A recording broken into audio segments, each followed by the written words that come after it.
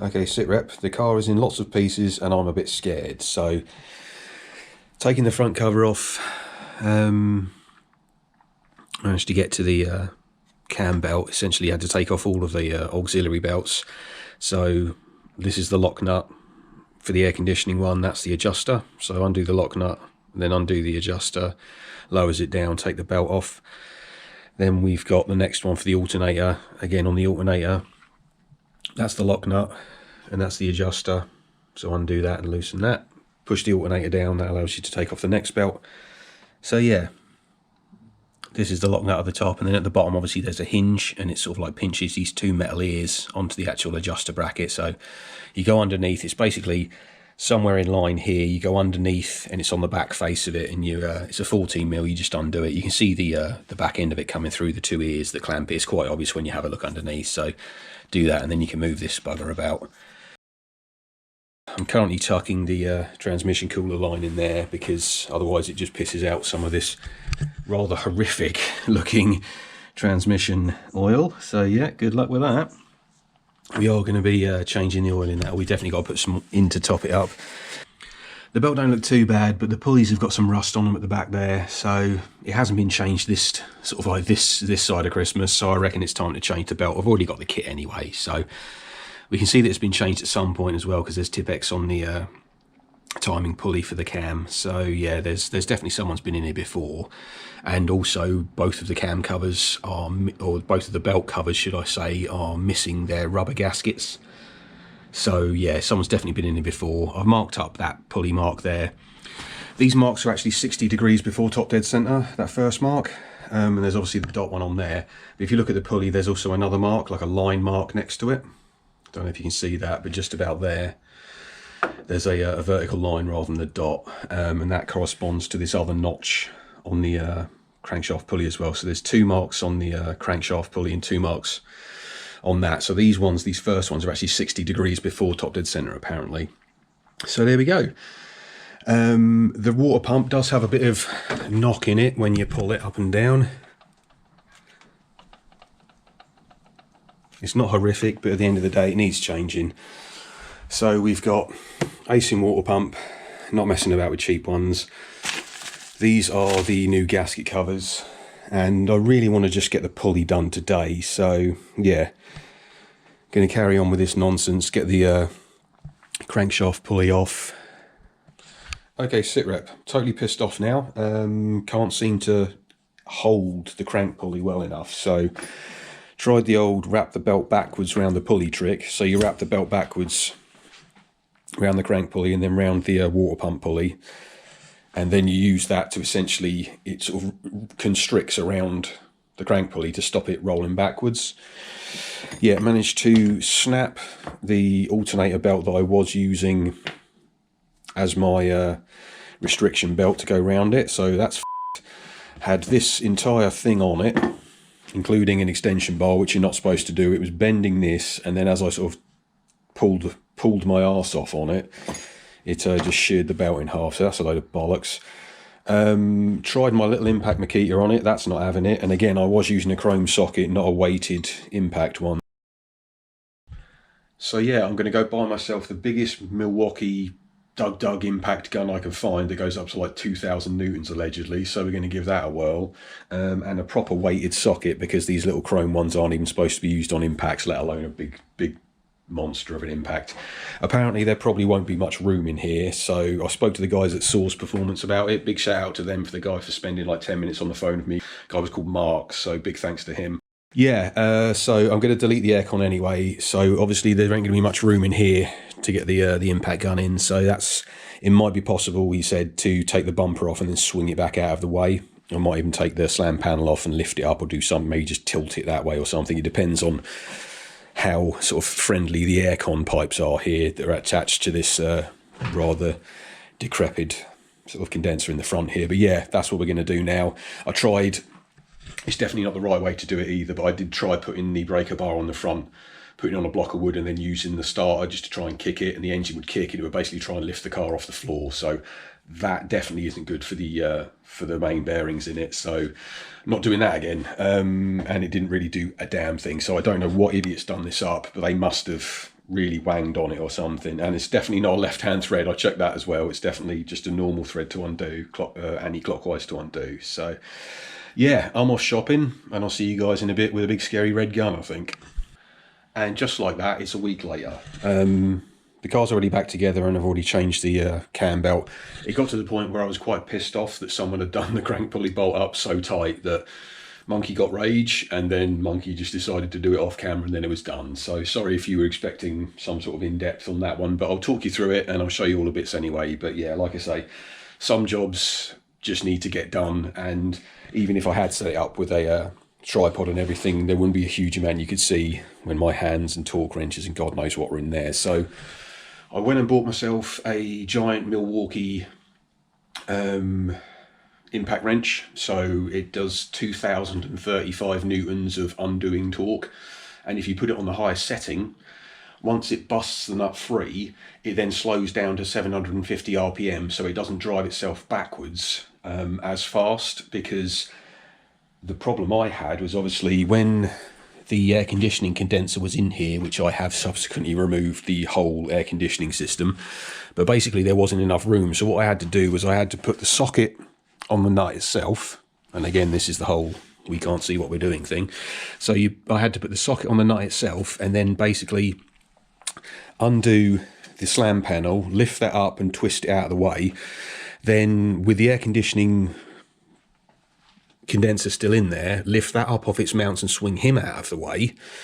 Then that gave me enough room to pivot the actual impact wrench in, and then put it on the socket that was already in there, because I still couldn't get it in with the socket on the end.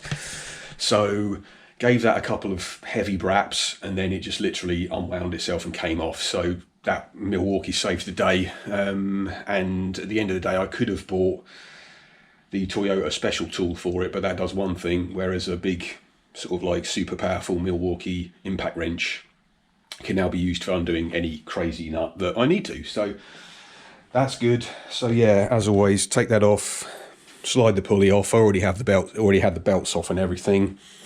So the pulley was off, stripped it all down, and these are the components that kind of came out of it. So the pulleys weren't too bad. They're a bit rusty on the back edge. I think that what happened is these are probably at least 1 or 2 changes old, if you know what I mean. And the belt was probably changed on its own last, because there's sort of rust and crap and God knows what under the actual belt where it's running on the pulley, so that's not good. But yeah, the bearings as well are a bit noisy. Hopefully you can hear that on camera. There is a little bit of sort of fizz to them, but it wasn't bad. There wasn't like rocking or anything, and the same thing applies to the tensioner as well that came off it. Not too bad a shape, but definitely needed doing. Belt itself was kind of okay. It's lost all of its label markings. It was a Mitsubishi one, you can just about see it there. But yeah, anyway, that's the belt off, and like I say, the teeth weren't too bad. So yeah, the belt itself, not horrific. Then that allowed us to take off the water pump, which is hiding behind it. The thing is, it may be possible, I've seen other people's videos where they say if you're just changing the water pump, you can leave the cam belt on, undo the water pump and wiggle it out of the way once you've got the power steering pump out of the way. The problem with that is there's always coolant waiting behind the water pump. So as soon as you sort of crack the water pump off the block, it pisses coolant down out the back, all over the bottom crank pulley, or the crank sort of toothed gear at the bottom that this runs on. And then not only is that covered in coolant, which probably isn't good for the belt is also covered in coolant. So if you're going to change your water pump, you really have to take the belt off anyway, because otherwise you're going to contaminate your belt and your pulleys and make them all slippy anyway. So there is no shortcut to this job, which is why I couldn't be bothered to film it. So anywho, that's that off. Then that allowed us to get the water pump off, and you can see from the back of that, there's obviously 2 weep holes in this thing. 1 weep hole at the top, 1 weep hole at the bottom. And that bottom weep hole there, that's been leaking for years, not just a little bit, but that's just been leaking for frickin' years. Dripping down the block. It was all down behind, you can't see it because again it's behind the water pump pulley, but somewhere down there where the sort of like front timing cover thing meets the block, that was absolutely covered in crusty coolant. One of the bolts that holds the water pump pulley mounting bracket on, that was the threads on that were just solid with sort of calcified coolant basically. So anyway, a whole bunch of clean up there. So that was basically stripping it all down, nothing too horrific. But yeah, totally justified buying the new water pump because that's munted. And while I was there, I thought, well, you've drained all the coolant out, the coolant's out of the block, time to do the thermostat. You can see here that this sort of like rubber seal is split away and broken. So yeah, thermostat, that was knackered as well. So, I mean, I seriously doubt this thing's had servicing for the past 50,000 miles. And judging by some of these components, I would say that, I mean, for all we know, that thermostat could be original. But yeah, I mean, looking at the back of that, all of that, how sort of deformed that rubber is. That's all over the place, that is. So yeah, glad I did that. Seal wasn't leaking, seal was okay. So yeah, the seal was all right for the water pump. But like I say, when it's gone internally, the seals have gone internally and it's weeping out of the weep holes. You know, maybe change it within the first sort of 2 years of it doing that, rather than just letting it do this. The original one on here has Toyota on it, and if you look in this sort of circle and line, this is the date clock area. So we've got 05 at the top, and then 6 at the bottom. So this is probably June 2005. So the water pump was done 3 years after the car was built in 2002. And you probably wouldn't change that unless you were doing the belt. So my guess is it had a belt in 2005. Anyway, so that was where we're at with that. So then it was time to start putting the cam belt on. So if we go over here to this fantastic drawing I've made, I'll show you the steps that I use to do it. So before you do anything, you need to add a sort of paint mark to the crank pulley. So what I did was, in between the sort of timing teeth, I put a bit of paint at the bottom of that and then a mark on the casing behind it, so I knew where the crank should stay. And the cam obviously had the Tipex mark in the circular mark that lines up with the V on the case at the top. Take the tension off this, because the tensioner is constantly applying tension to this side of the belt. So there's a 10mm hex, put the breaker bar in it, and then as I pulled it down, it sort of tries to lock up on you. So if you just wail on it, it will snap. So what I did was I put some pressure on it and then released it a little bit, put more pressure on it and released it a little bit, and kept doing that. And that basically helps sort of shuffle it round, because it's kind of like got a bit of a sort of locking mechanism in it to stop the belt lashing it out of the way and it sort of jumping. So once you've played with it a bit, it kind of makes sense. Then I shoved an M5 screw in the top corner of this little cutout, and then that locks it in place. Undo the bolt, take that off, idler pulley off, belt off. Then basically I put the idler pulley on first, lock that in place, then put the belt on, because trying to get the belt on when the tensioner's on there is virtually impossible. So put the belt on roughly, it's not timed up yet, so we're not worrying about that. But also pay attention to the belt, because the belt has, my belt had a directional arrow, so obviously it runs clockwise. So that's locked in and torqued loosely on. Then put the tensioner on. The tensioner has this little arm thing that fits in between 2 pins, and that is what it applies its tension against when it spins round to pull on the belt. So make sure you get the arm in there, because if you've got it up here, when you pull the pin, it just goes ka-chow, and then there's like spinny things and nothing happens. So that's on there, and that's torqued on. Then what I did was I held the belt on the bottom, made sure the teeth were locked into the crank pulley, then fed it round to this, and obviously the oil pump has teeth on it as well. So I then turned the oil pump, making sure that the teeth of the belt were locked into it, and then that pulled this section tight. Then I just carried on holding this with my left hand, pull this tight up to the idler and pull this tight up to here. And then what you'll find is when you get to the cam pulley, it'll either be slack and tuck in easily, which is not what you want, because there should be no slack on this side of the belt. So what I did was you pull it up nice and tight, and then basically you have to sort of hook the bottom tooth in and then smooth it up and over. And then remember, when you get around the back here, obviously there's this little dowel pin, so you have to make sure that the belt is in between the dowel pin and the cam wheel. And then, like I say, smooth that round there, and then as it comes down here, there'll be all the slack on this side. So then held the slack across here, pulled out the pin, and then the tensioner pulley swings across and tensions it up for you. So yeah, basically that's how I got mine on. Those are the only real tips I can sort of give you, is to start at the bottom, work your way up on the right hand side, make sure it's tight on the right hand side, and the slack can be on the left, because that's what the tensioner takes up. And after that, refit all your stuff. So once that was done, I put the bottom plastic cover back on after I pulled out the tensioner pin and everything was ready to test. I put the bottom plastic cover on and then the pulley back on, because then that gives you your Toyota marks back, as it were. So then the V-notch, the first notch on the pulley, is lined up with 0 on the case you've just installed. Then obviously the dot is still on the pointer at the top. Spark plugs out, because if you leave the spark plugs in, you can still feel the compression and you can't tell if it's compression or pistons hitting valves, which is obviously bad. So spark plugs out, so it should just spin smoothly with no like lumpy, knocking, clunky feelings. Turn the crankshaft 2 full rotations, so you go round once to 0 and then round once again to 0, and then double check your top mark where you should have the round white dot you marked with Tipex pointing at the V at the top. And that's basically it. Then fully reassemble everything, torque everything up. The front, the pulley bolt is supposed to be 220 newtons, not 5,000 apparently. Got my new sticker on the front, so that actually shows when everything was changed. And of course, belts from Gates. The power steering one is a 3PK 890, so that's 3-ribbed 890 long. And the alternator and water pump one is 4PK, so 4 ribs, 1070 long. And they're from Gates Micro V, so that's cool. So yeah, that's where we sit at the moment. Now we're back onto radiator. So cleaned that up, because the mount had some rust in the middle. You can just about see the texture of it, but I've killed it with some rust killer. Painted that black. So aircon is gone, as we can see, and the good thing is we can now see the oil filter a lot easier, so changing that next time should be a lot less of a ball ache. So there we go. Now we're on to the radiator. So the radiator I bought from Nissens.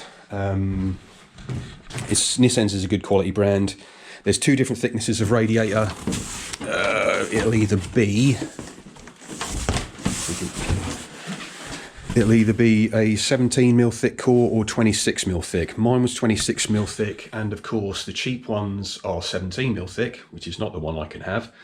And the expensive ones, or say the top quality ones from Nissens, I've used them before, they're really good. But the top quality ones from Nissens, they're the only ones I could get that were 26mm. So this was 120 quid, and it does have the extra oil cooler in the bottom of it for the transmission cooling. So there we go. Did have a slight problem with it. This is where the fan switch screws in, and if you look at the photo now, there's like a ring of flash around there, and the sensor itself wouldn't actually fit in, so I had to drill that out, and obviously not bugger it up where I drilled through and smashed through the bottom of the tank. And I also put a rubber hose and the vacuum cleaner on this port, and then sucked out the dust as I was drilling it. So now that's drilled out to about 11 or 12 mil. I can actually get the temperature sensor in with a new O-ring that I'm waiting for. So I can then screw that in. I'll probably put some thread seal on it anyway, because the O-ring's a little bit sort of undersized, but I'll wang that in there so that'll stop leaking. That'll be cool. Then we can put the fan pack and overflow bolted back onto this, and then that can go back in there with some new hoses I've bought. So yeah. So I've got the thermostat in, and basically just wanted to sort of explain the jiggle pin thing on it. This is the thermostat I used. It's from Gates, T804382G1. But yeah, just to explain, the jiggle pin is obviously this little pin here that lets you bleed the system a bit more easily. Once there's obviously water and air on this side, you squeeze the hoses, and then that pumps sort of the air bubbles through the valve. So that's what that's for.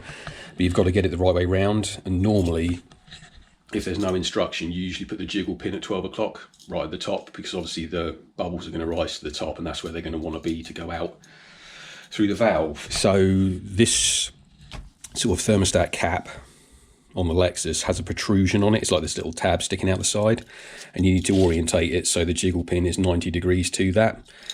And when you fit this to the car, obviously the protrusion on mine, that sticks towards the cabin, towards the driver, because if I put it on the other way round, the hose pipe would be pointing at the floor, which seemed wrong.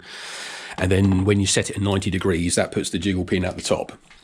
So on mine, the jiggle pin is right at the very top of the housing, where obviously all the air is going to go. So that's quite interesting. So that's how I did that. That's on there. Tighten the nuts up to 9 Newton meters. So that's on there. And now it's time to fit the lower rad hose. Nothing too exciting about this. I am going to transfer, this is the old hose obviously, so I'm going to transfer this sort of protection sleeving that it has on it, because it runs very close to the power steering pump pulley, and the last thing you want is when you're driving down the road, it's flapping around, you just get a hole sort of sawn through it by that thing. And it goes through there where all those pipes are, so it'll probably end up resting on those. So yeah, I'm going to transfer those two sleeves over, bang it on with some decent worm drive clamps, not the stupid snappy bear trap clamps that piss everybody off. And then I think we're ready to top this up and give it its first fire up. So yeah, rad's in, and that's the other Stoney Racing hose, silicone for the top as well, again with some proper clamps on it. So yeah, don't forget to put your ECU box sort of dehumidifier hose on. There's a weird thing, there's this little sort of convoluted hose that goes from the fan shroud, and obviously the radiator heats up and blows warm air through there, which then blows it into this to keep this box sort of like full of warm dry air, apparently, I guess. So yeah, that's going to stop that hopefully getting too damp in there. So that's quite a cool little thing they added, so I like that. But yeah, so the fan wiring's all clipped on as well. Had to do a little bit of cable tie shenanigans here, and this one was really stretchy and tight, so I sort of loosened off that one and just made it less taut. Basically, I just felt it was going to pinch or break something, so I put that back on slightly different. But yeah,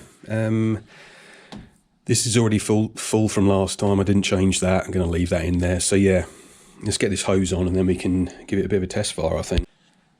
Lower rad hose is on.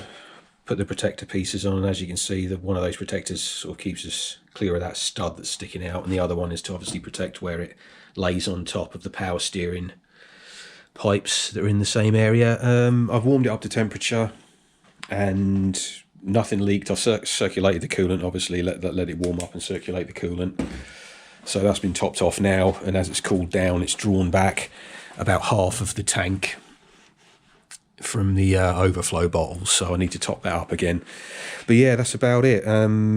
New belts for the auxiliaries, none of that was squeaking, nothing's leaked. I did top up the automatic transmission fluid because that was a bit low and we lost a little bit when we changed the rad, and that's the yeah, that's what came out of it. So this thing's definitely going to need, a transmission oil change, I think. But yeah, that's pretty grim. But yeah, so top that up. It was a bit low actually, it was kind of off the dipstick anyway, so I put in enough to cover that, then put in some more, and then it seemed to be a little bit too high for the cold sort of marks on the dipstick, but then I shuffled it through the gears a few times and then it seemed to go down lower again. So cap's good, that fits as well. You never know, there are so many new things that were tested out with just that one turn of the key. The cam belt, that's fine, I'm guessing, because it still runs and nothing went crunch. So water pump isn't leaking. So yeah, a whole bunch of wins. Literally hooked up the battery, started it up, and within the first few seconds I'd already ticked like 5 things off the list of did that work. And there, once it warmed up and went through and round, obviously the thermostat's working because it started off cold, let it go through, and yeah, then both the fans came on, because obviously the fans are part of the AC system and I've deleted that. And yeah, there's a couple of sensors missing, so I was wondering if it was going to throw a code or be a bit of a dick. Sometimes when you delete like air conditioning systems and you take out the pressure valve, there's like a fail safe, which puts the cooling fan for the rad on all the time. But thankfully this doesn't have that, so that's cool. But yeah, everything seems to work. And that's it. And like I say, it's weird. It's like the first thing I took off was this snorkel for the airbox, and finally managed to put it back on because I'm done with all of the, you know, engine-y bits underneath it now. So slap that back on for the first time in the few months that I've owned this thing, since the beginning of September I bought it.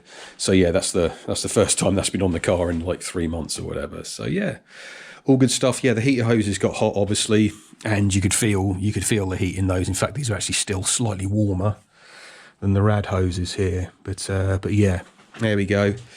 All good. So what I'm going to do now is I'm going to go and enjoy this for a bit. I bought it, like I say, in September. I did a test drive on it, brought it home, fixed everything I could find that was broken, and now it needs an MOT, which is our yearly sort of safety and emissions check. That runs out the end of this month, whichever month this is on YouTube, I don't know, but Yeah, it runs out at the end of this month, so I've got a couple of weeks to go and drive this around before I've got to take it for an MOT, and hopefully there won't be anything new on the list to fix, and no other new surprises will turn up, being as we've spent a reasonable chunk of money. I think I've spent more on parts fixing this than I paid for the car itself, but that's the way it goes when you buy a project car, I guess.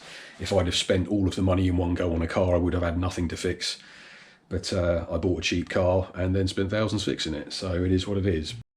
I'm going to take it out there and give it a bit of a thrash, and that way we can find out if there's anything else that's going to need looking into before we go forced induction. So let me know down in the comments if this was your car, whether you turbocharge it or supercharge it, because we can do either. There's a good kit for the supercharger thing that I probably would just buy the bracket and then build the rest of the kit myself. They do like a mini supercharger kit where you just get the bracket and the outlet and stuff, and you buy the supercharger yourself and make the intercoolery stuff yourself, which is pretty easy. That's the basic stuff. Or we can turbo it. There is a whole kit for that, but being as I've made turbo manifolds before, I'd probably make the turbo manifold and downpipe myself. And then once you've done that, you might as well just do the intercooler kit from a universal kit anyway. So still got the Det 3 from the Starlet. That's going to be pressed into operation on this, I think. So that's probably what we're going to do with that. But obviously the engine does have probably leaky valve stem oil seals, and the spark plug threads in number 5 are a little bit 50-50 as to how long they're going to last, especially when we shove a bar of boost up its arse on top of the bar of boost we've got from the atmosphere. So hopefully, fingers crossed, that'll stay together or not strip out the next time I have to change a spark plug in it. But if that happens, I guess it's get a spare head and refurbish that and put that on. So if that happens and the engine's junk, do we engine swap it for a 2JZ that they had in the is200s maybe? Or if we're going to engine swap it, maybe a 1UZ V8, because we all know V8s are awesome, and I know they'll fit in there, and they're not actually that expensive, and you get a 4 litre straight out of the box with a good few hundred horsepower, and there's plenty of room for a big old turbo on this side. So anyway, let me know down in the comments what you'd do, turbocharger or supercharger, and if the engine's toast, 2J or 1UZ. So everyone, thank you very much for watching the first part of the series. I'm going to go and enjoy myself. I hope you've enjoyed the videos. Don't forget to like and subscribe. The more you like, the more you subscribe, the more videos I'll make. The less, well, you know what happens to channels that don't get subscribers. Anywho, I hope you have a good one if I don't see you before Christmas. So take care of yourselves, and yeah, I'll catch you on the next episode.